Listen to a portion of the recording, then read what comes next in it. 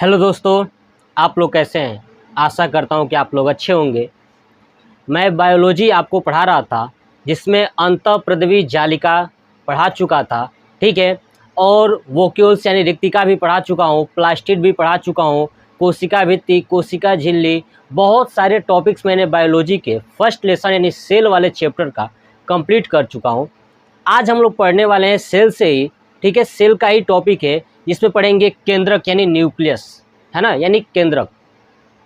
चलिए पढ़ना स्टार्ट करते हैं। देखिए, सबसे पहले आपको एक बात याद रखना है कि केंद्रक की खोज जो है कि रॉबर्ट ब्राउन नामक एक वैज्ञानिक थे, जिन्होंने 1831 ईस्वी में केंद्रक की खोज की। केंद्रक की खोज किसने की? तो रॉबर्ट ब्राउन नामक वैज्ञानिक ने 1831 ईस्वी में केंद्रक की खोज की। केंद्रक जो है कि कोशिका का सबसे बड़ा भाग है ना। कोशिका के जितने भी कोशिका के अंग हैं, उसमें से सबसे बड़ा अंग कौन सा है? केंद्रक है। और सबसे छोटा कौन सा था? तो राइबोसोम, मैंने आपको पिछले वीडियो में बता दिया था, ठीक है। तो कोशिका का सबसे बड़ा अंग ये कौन है? केंद्रक है।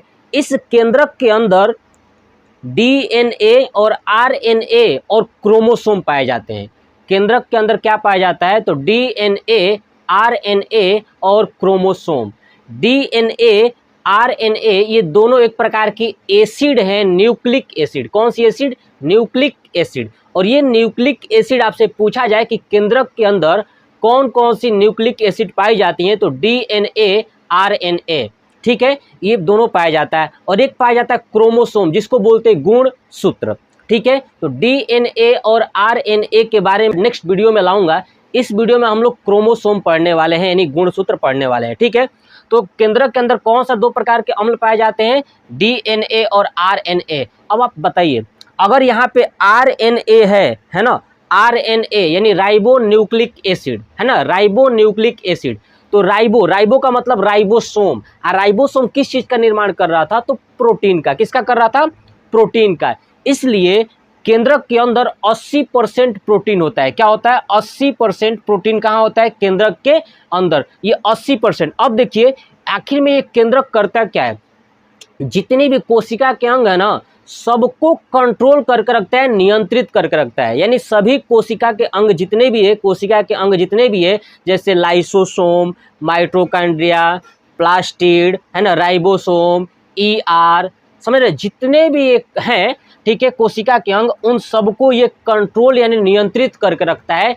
इसलिए कहा जाता है कि कोशिका का एक ब्रेन है, कोशिका का दिमाग है। कौन? केंद्रक। अगर मान लीजिए कि कंपनी है, संस्था है, उस संस्था में एक मैनेजर होता है, और मैनेजर क्या करता है? उस संस्था को चलाता है।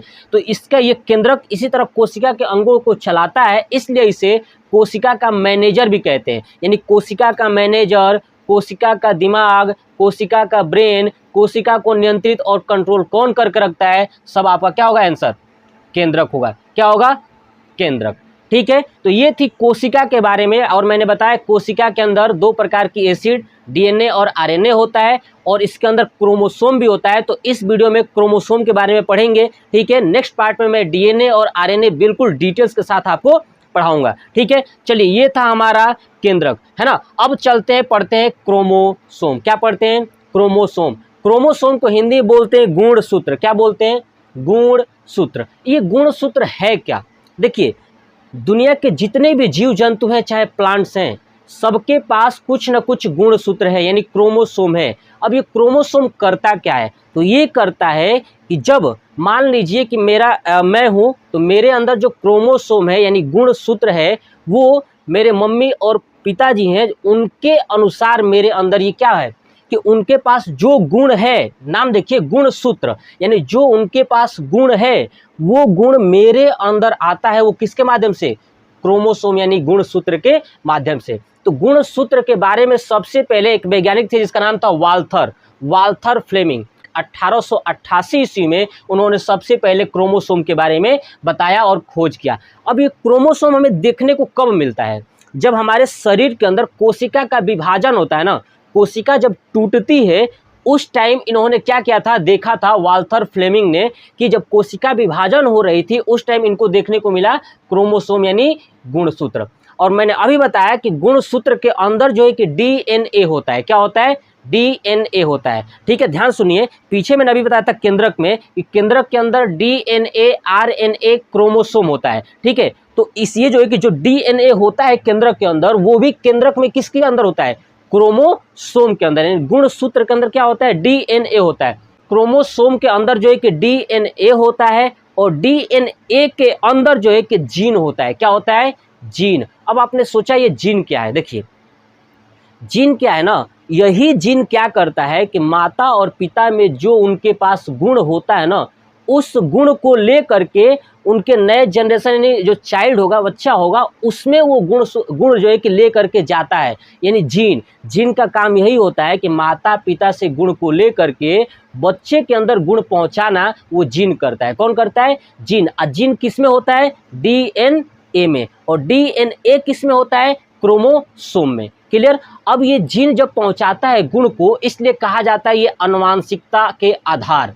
आनुवांशिकता का आधार किसे कहा जाता है? तो जीन को। जीन क्या करता है? तो गुण को पहुंचाता है।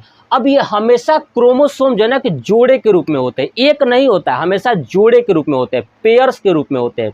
ठीक है, ये हमेशा एक साथ हमेशा दो दो के ग्रुप में रहेंगे। ठीक है, तो मानव शरीर के अंदर जो क्रोमोसोम होते हैं ना, 23 पेयर्स यानी 23 जोड़े के रूप में होती हैं। अगर बात करें टोटल कितने गुणसूत्र हो जाएगा तो 46। 23 जोड़े हैं तो कितना हो जाएगा? 46। यानी मानव शरीर के अंदर कितने जोड़े होते हैं? 23 जोड़े और 46 होती हैं। क्या होती हैं? गुणसूत्र की संख्या मानव शरीर के अंदर कितना होता है? 46। अब देखिए, ये जो क्रोमोसोम है ये कितने प्रकार की होती हैं? तो ये 2 प्रकार की होती हैं। ठीक है, एक होता है ऑटोसोम, एक होता है एलोसोम। ठीक है, ऑटोसोम कैसा है? ठीक है, और एलोसोम क्या है? देखिए, ऑटोसोम क्या होता है कि मानव शरीर के अंदर जब 23 पेयर्स होता है, उसमें से 22 पेयर्स यानी 44 गुणसूत्र, चाहे लड़का हो चाहे लड़की हो, दोनों में सेम होता है, बराबर होता है। 44 गुणसूत्र लड़का और लड़की दोनों में बराबर होता है। लेकिन अब देखिए, 44 जब हो गए तो और कितने बचे? तो 2 जो गुणसूत्र होते हैं ना, लड़का और लड़की में अलग अलग होते हैं। ठीक है, तो जो सब में सेम होता है यानी 44 गुणसूत्र से सेम होता है, उसको बोलते हैं ऑटोसोम। क्या बोलते हैं? ऑटोसोम। ठीक है, अगर इस 44 गुणसूत्र में से किसी भी गुणसूत्र में कमी हो जाए तो आनुवांशिक बीमारी हो जाएगी, आनुवांशिक रोग हो जाएगा। तो ध्यान रखिएगा, किस प्रकार के क्रोमोसोम से आनुवांशिक बीमारी होती है? तो ऑटोसोम से, है ना। ऑटोसोम में जो 44 गुणसूत्र होते हैं, उसमें से किसी में भी एक में भी अगर डिसबैलेंस हो गया या उसकी कमी हो गई, ठीक है, तो आनुवांशिक रोग हो जाएगी। ठीक है, दूसरा होता है एलोसोम। एलोसोम का मतलब होता है इसमें बचा एक पेयर, ऊपर कितना बचा था? 2 पेयर, है ना। ऑटोसोम में 22 पेयर्स थे, मतलब कि 22 पेयर्स का मतलब 44 गुणसूत्र। अभी कितना और 2 चाहिए गुणसूत्र? 2 गुणसूत्र का मतलब 1 पेयर। तो 1 पेयर किस में होता है? एलोसोम में। एलोसोम में कितने होते हैं? 1 पेयर्स। 1 पेयर्स का मतलब कितने गुणसूत्र? 2। तब 2 गुणसूत्र जो है कि लड़का में भी 2 होगा और लड़की में भी 2 होगा। तो जो लड़का होता है ना, लड़का में जो गुणसूत्र होता है 2, एक्स और वाई होता है। क्या होता है? X Y. और जो लड़की होती है उसमें होता है एक्स एक्स। कौन सा होता है? X x. मेल में क्या होता है? एक्स वाई और फीमेल में एक्स एक्स। अब ध्यान सुनिए, और यही क्या करता है, यही जो एक पेयर्स है यानी 2 गुणसूत्र हैं, यही ये डिसाइड करता है कि लड़का होगा या लड़की। ठीक है, जैसे सुनिए, मान लीजिए कि मेल में बताया कौन कौन सा होता है? X Y. ठीक है, फीमेल में क्या होता है? X X. क्लियर?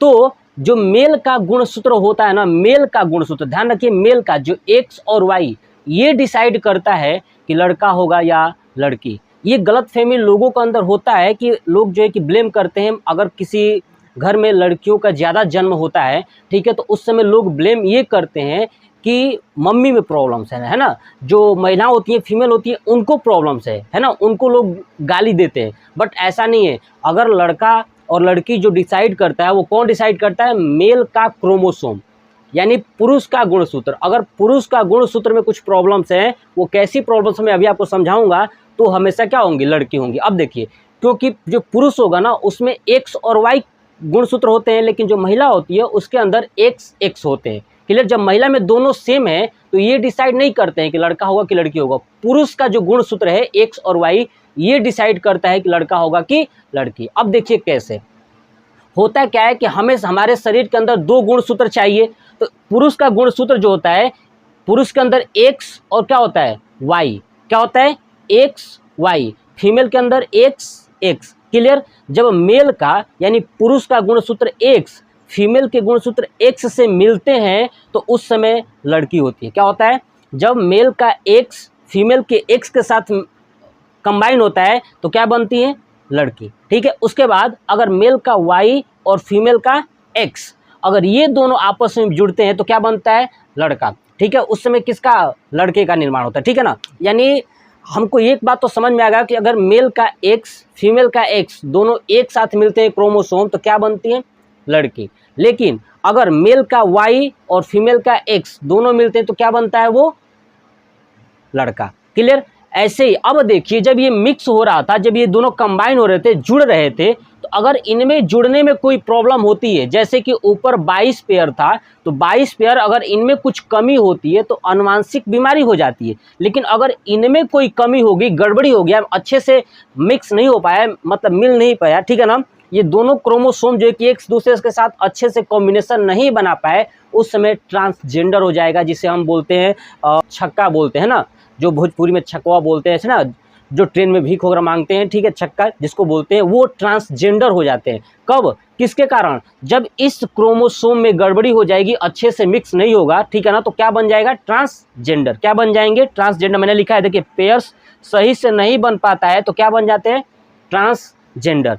तो ये था हमारा केंद्रक और केंद्रक के अंदर पाए जाने वाला क्रोमोसोम। ठीक है। चलिए अब हम लोग जानते हैं कि क्रोमोसोम किस किस जानवर में कितना पाया जाता है। ठीक है। तो चलिए चलते हैं।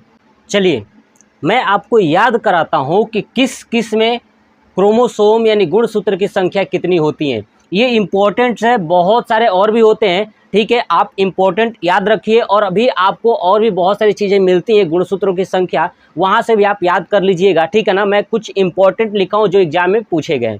देखिए सबसे पहले मानव, मानव का 46 है, यह तो आपको पहले से ही पता है, मैंने अभी बताया भी था।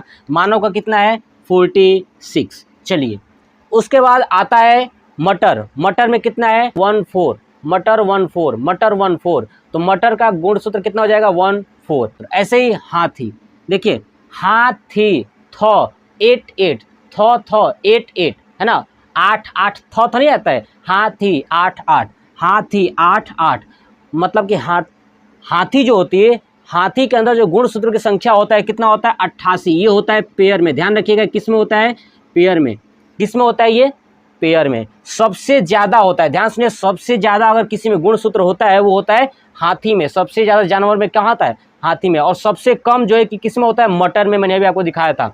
ठीक है। चलिए उसके बाद आते हैं प्याज यानी प्याज। अब प्याज देखें ना, जब भी आप प्याज खाओगे ना तो प्याज खाएं या प्याज को काटें, आँख से आँसू आएगा, आँसू नहीं आँछू, याद रखना आँछू, छू 16, आँछू 16 है ना, मटर 14, हाथी 88 पेयर्स में यानी 176। ठीक है। और प्याज में आँछू 1 यानी आ मतलब 1 और छू मतलब 6, यानी 16 किस में होता है प्याज के अंदर। चलिए मक्का, मक्का, मक्का देखिए, मक्का जब भी दुकान पर खरीदा जाता है ना, भुट्टा जिसको बोलते हैं भुट्टा है ना, तो भुट्टा 20 रुपये का मिलता है, बस याद रखिए 20 रुपये का मिलता है, 20 रुपीज़ का। कितने का 20 रुपीज़ का क्या मिलता है मक्का। तो मक्का के अंदर गुणसूत्र की संख्या कितनी हो गई 20, प्याज के अंदर आँछू 16। ठीक है। पी मटर के अंदर 14, हाथी 88 यानी 176। ठीक है। मानव 46। देखिए कितना आसानी से याद हो जाएगा। देखिए उसके बाद है मेढक, मेढक में क्या है 26 यानी 26, मेढक 26। याद रखने का तरीका देखिए, ध्यान सुनिए, मेढक। अब ढक से याद रखिए, कोई चीज़ को हम ढकते कब हैं, मान लीजिए कोई वस्तु है, कब ढकते हैं जब गंध आती है, छी छी की गंध आती है ना, जब ढकेंगे तब ना, जब गंध आएगी। तो बस याद रखिएगा कि जब छी, ठीक है ना, छी, जब कोई किसी चीज़ को ढकते तब है जब उसमें गंध आती है।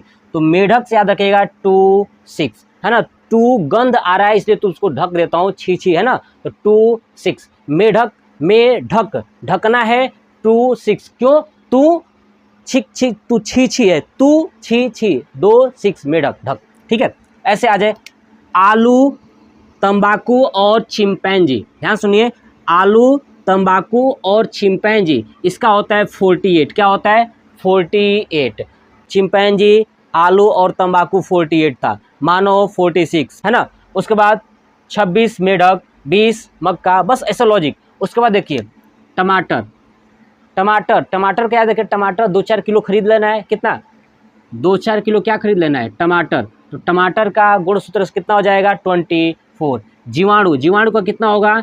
1। जीवाणु, देखिए जीवाणु जो है कि एक कोशिकीय होता है, तो ऐसे याद रखिएगा जीवाणु के अंदर एक गुणसूत्र होता है, ठीक है। तो ये था हमारा कुछ जो है कि इंपॉर्टेंस गुणसूत्रों की संख्या, ठीक है। तो ये वीडियो आपको कैसा लगा गुणसूत्र और केंद्र के बारे में, ठीक है, आप कमेंट बॉक्स में कमेंट करके जरूर बताइएगा। जय हिंद, जय भारत, वंदे मातरम।